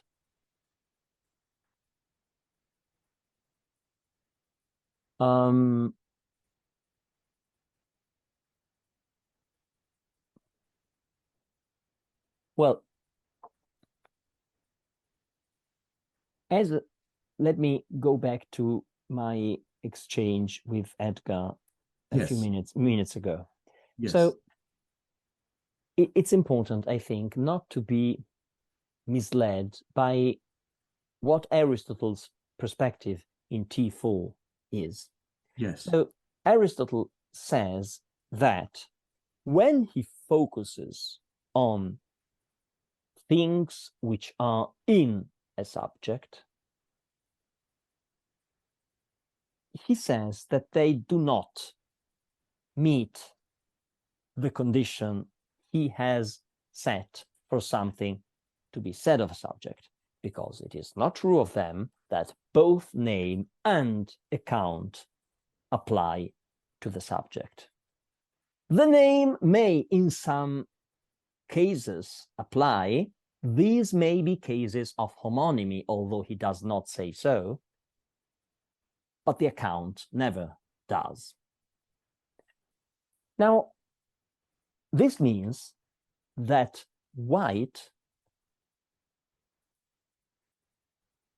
whiteness has a name, white, which does apply to, for example, Socrates, but this is not enough to make whiteness into something that is said of Socrates, because as soon as you replace the name, even if you were using white as a name for it, as soon as you replace the name with the account, it turns out that the item you are talking about is not said of, does not meet the condition.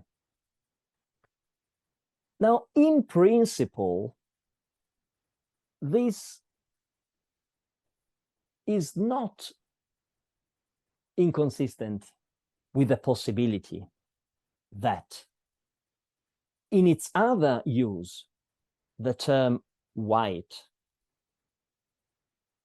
may also have a different account, namely colored, thing which is colored in such and such a way. He's not, well, he does not point this out, but one might think that he does not have to point this out, because his focus is in showing that whiteness is not set off, even though the possibility of referring to it by the term white might induce you to think. So, in principle, the passage is not incompatible with the possibility that white may also be used in a different way, or rather, in its different use, which the passage does acknowledge, white may have an account which would apply to the odd and compound subject your example is about. So in principle, you might think that the passage is not really inhospitable to the possibility that white may be an essential predicate of the subject. White, in its use, which is equivalent to thing having the color white, may be essentially predicated of the compound subject white body or white man. And this is the first part of my reply to your very interesting question. The second part is that, on the other hand, it is not obvious that the categories are interested in such compound subjects at all. They are never mentioned. And there is something more. There is an interesting additional piece of evidence that such compound subjects fall outside the purview of the categories. And it is this. As I mentioned, at the beginning of chapter 4, I didn't quote the passage, but at the beginning of chapter 4, Aristotle introduces the list of the 10 categories by saying that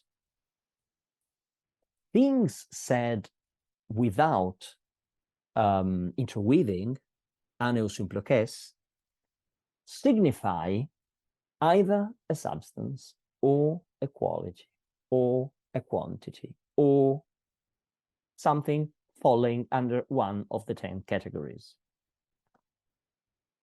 Now,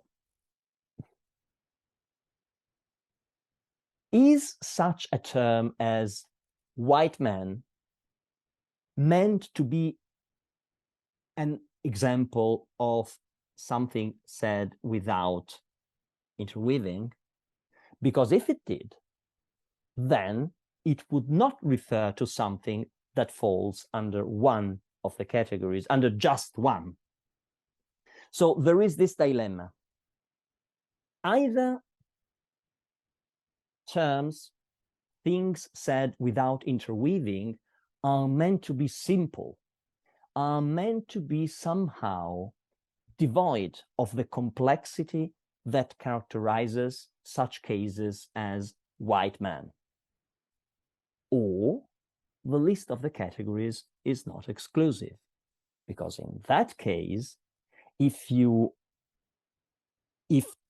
things said without interweaving included white men, then what it signifies would not fall under one category, but under two: substance and quality.